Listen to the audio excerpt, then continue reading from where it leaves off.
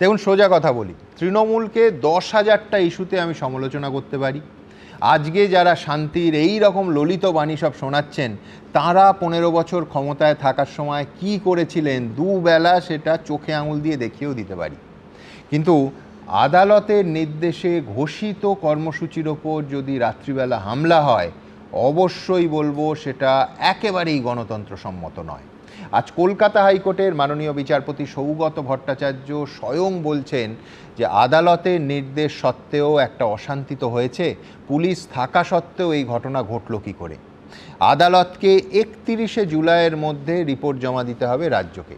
কিন্তু বিমলদার কাছে আমার প্রশ্ন থাকবে, এই ঘটনা তো আসলে তৃণমূল এবং মমতা বন্দ্যোপাধ্যায়দের বাড়তি অক্সিজেন জোগালো। সারা রাত নেতানেত্রীরা থাকলেন ওই বিড়লা প্ল্যানেটোরিয়ামের সামনে, আরও হাইপ তুলতে সাহায্য হলো। বিমলদারা বলতেই পারেন এবং বলছেনও যে তৃণমূলই নিজেরা এইসব করিয়েছে, কিন্তু সেক্ষেত্রেও প্রশ্ন উঠবে, ঘটনাস্থলে পুলিশ তো উপস্থিত ছিল, তারা কি করছিল? বিমলদা না, ওটা কথা বলি, এত অনেকক্ষণ ধরে আমার ভীষণ ঘুম পাচ্ছিল। গ্রামে যখন ওই যাত্রাপালা শুনতে যেতাম মাঝে মাঝে, ওই যখন অভিনয়টা খুব খারাপ হচ্ছে, চেঁচাতো এই ঝমঝম গান বাজা, ওদের একটা টিম থাকতো, এসে একটু নাচ গান করে ঝমঝম বাজিয়ে দিত, লোকের ঘুম টুম ভেঙে যেত। এই মাঝখানে বাকি সবাই অভিনয় করতে, বাকি সবাই ইয়ে করতো, তো একটু মাঝে মাঝে একটু ঝমঝম হতে আমার ঘুমটা ভেঙে যাচ্ছিল, নইলে আমার খুব ঘুম পাচ্ছিল। তার কারণ একটাই, সেটা হচ্ছে যে আজকের এই ইয়েতে আমরা প্যাসিভ অনলুকার ছাড়া আমাদের আর কি করার আছে? যা অভিনয় করে তো ওরাই করে দিচ্ছে। তো কেউ বলছে 33 বছর কাটলো, কেউ কথা রাখেনি। সুনীল গঙ্গোপাধ্যায়ের কবিতা শুধু আবৃত্তি হয়নি, নইলে বাকি সব বলেছে। আবার কেউ বলছে আমি ইন্ডিজোট আবার তৈরি করব, ইন্ডিজোটের পিন্ডি চটকে গেছে, তারপরেও তিনি ইন্ডিজোটের কথা বলছেন। ফলে এইরকম বহু নাটক দেখছিলাম, কিন্তু নাটকগুলো বড্ড দুর্বল একেবারে। এবার সত্যি কথাটা বলি, সেদিনের এই আন্দোলন, যে আন্দোলন 1993 সালে ঘটেছিল, আমার মনে আছে, আমি নিজের চোখে দেখেছি, এই দাবিটা করব না, কিন্তু আমি সেদিন হাওড়া জেলার একটি কলেজে অধ্যাপনা করার সূত্রে হাওড়া স্টেশন দিয়ে গিয়েছিলাম। তখন এত লোক বাসে টাসে আসতো না, ট্রেনে আসার ইয়েটা বেশি ছিল, এখন অনেক বেশি লোক রাস্তাঘাট ভালো বলে বাসে গাড়িতে চলে আসে। হাওড়া স্টেশনে দেখছিলাম তৃণমূলের কর্মীরা জল দিচ্ছে, এ করছে, সব আসছে, বা তৃণমূল নয়, কংগ্রেসের যুব কংগ্রেসের কর্মীরা আসছে। একটা জিনিস ছিল, আবেগটা ছিল, ডেফিনেটলি আবেগটা ছিল। আবেগটা কি? একটা হাস্যকর দাবি ছিল যে এপিক কার্ডের দাবিতে রাইটার্স অভিযান, এপিক কার্ডের দাবিতে যদি তিনি নির্বাচন কমিশনের সদর কিন্তু মানুষের আবেগ একটা কারণে ছিল, সিপিএম বিরোধী আবেগ, এবং মমতা একটা জায়গায় নিজেকে নিয়ে যেতে পেরেছিলেন যে সিপিএম এর হাত থেকে তিনি মুক্তি দিতে পারেন, সেই জন্য মানুষগুলো এসেছিল। এবং সিপিএম সেদিন, সিপিএম সরকার হেনাস ক্রাইম করেছিল, কারণ এত লোককে পয়েন্ট ব্ল্যাঙ্ক রেঞ্জ থেকে গুলি করে মারা, এটা পৃথিবীর যে কোনো দেশ হলে অ্যারেস্ট হয়ে জেলে যেত। তখনকার জ্যোতি বসুর লোকটা নিজে জেলে ঢুকতো, কিন্তু বেঁচে গেছিল। আমাদের দেশে তো আবার এইসব সিস্টেম নেই। ফলে এই ব্যাপারগুলো সেদিন ঘটেছে, মানুষের আবেগটাকে তো অস্বীকার করা যায় না, কিন্তু সেই আবেগটার মর্যাদা মমতা বন্দ্যোপাধ্যায় রেখেছেন। 15 বছর শাসন চালিয়েছেন। মানুষ সিপিএম এর জমানা থেকে মুক্তি চেয়েছিল। আসলে মমতা বন্দ্যোপাধ্যায় মুক্তি দেওয়ার বদলে এক্সট্রা শৃঙ্খল চাপিয়েছেন, একটা অত্যন্ত কুশাসন উপহার দিয়েছেন, গোটা পশ্চিমবাংলাকে শেষ করে দিয়েছেন। গোটা পশ্চিমবাংলা এখন একেবারে যে জায়গা থেকে আমাদের উঠে দাঁড়াতে হচ্ছে, এটা কেউ কখনো করে না, এটা একটা হেনাস ক্রাইম। থার্ড যেটা, সেটা হচ্ছে যে মানুষের মধ্যে একটা অদ্ভুত প্রশাসন সম্পর্কে প্রশ্ন তুলে দিয়েছেন। মানুষ কিন্তু প্রশ্ন করতে শুরু করছে, এই রাজ্যে প্রশাসন ছিল তো, সেখান থেকে আমাদের ঘুরে দাঁড়াতে হচ্ছে। ফলে এখন আজকে যেটা তুমি আমাকে প্রশ্নটা করলে, এই নাটকবাজি এখন করে লাভ নেই। এই মৃতদেহগুলোকে মেরে কেউ শ্মশানে যাবে না বা ফাঁসিতে চড়বে না। আর সবচেয়ে বড় কথা, কিন্তু এই ঘটনা পুলিশের উপস্থিতিতে কেন হবে? আমি ধরে নিচ্ছি তৃণমূলই করিয়েছে, আপনাদের অভিযোগ। পুলিশ রিপোর্ট দেবে, নাটকে মমতা বন্দ্যোপাধ্যায় 1 নম্বরে, কিন্তু সেই নাটক দীর্ঘদিন করলে মানুষ তো ধরে ফেলবে। ফলে এই নাটক, হাইকোর্টের অর্ডারে একটা জিনিস হচ্ছে, ওখানে পুলিশ দাঁড়িয়ে কি করছিল? আমাকে শেষ করে, নাটকে মমতা বন্দ্যোপাধ্যায় 1 নম্বরে।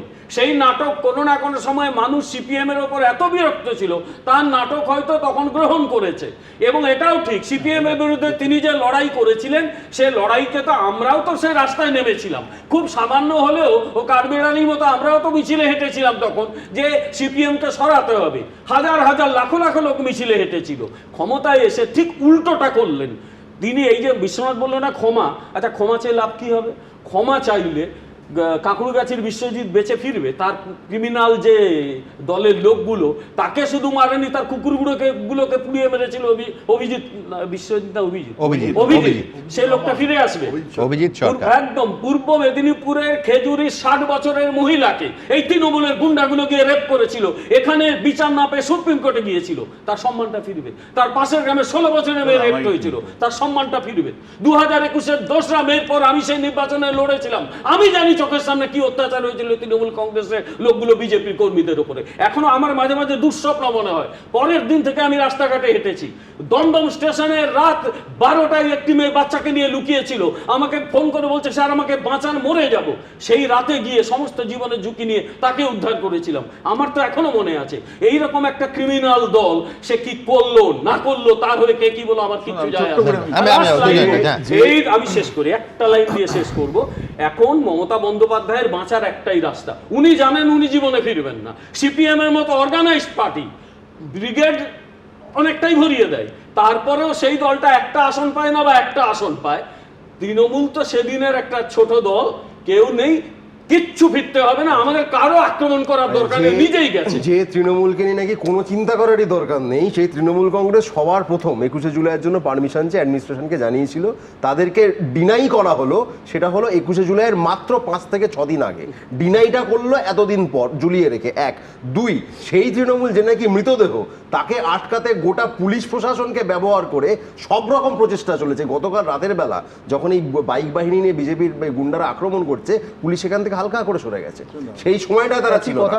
কিন্তু আক্রমণটা যখন করে, একটু শুধু শুনিয়ে রাখতে চাই, আমরাও কিন্তু আইন মেনে, একদম আইন মেনে তাদেরকে জবাবটা দিয়েছি। আমি তিনটে একটা হলো যে প্রসূনবাবু যেটা বললেন, আমি প্রকাশ্যে বলছি, যে কোনো রিপোর্টার থেকে শুরু করে যে কোনো সোর্স থেকে আপনি কম্পেয়ার করেন, মমতা বন্দ্যোপাধ্যায় সবাই প্রচুর লোক হয়েছিল, আপনাদের সবার অনেক কম লোক হয়েছিল, 1000-এরও কম লোক হয়েছিল। 1066টা লোক হয়েছিল। দ্বিতীয় যেটা, সেটা হলো বিমলদার সাথে আমি একমত যে কি পুলিশ করেছে না করেছে, কিন্তু যে ঘটনাটা ঘটছে বিমলদা বিভিন্ন জেলার থেকেও কিন্তু বাধা পাচ্ছে।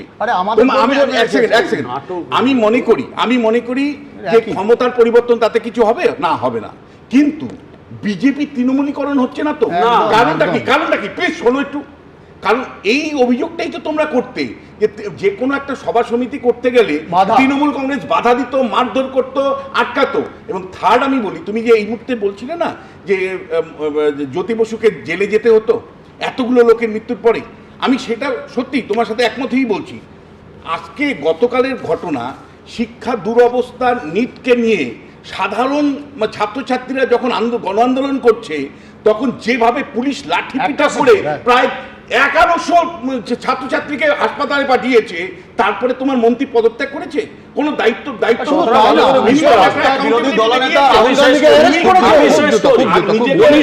1993-এর 21শে জুলাইয়ের সঙ্গে এগুলোর দয়া করে কোনো তুলনা এলো না।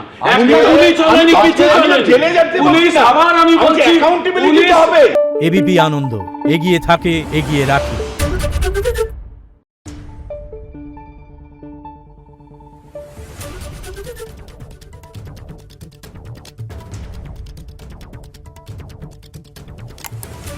Thank you.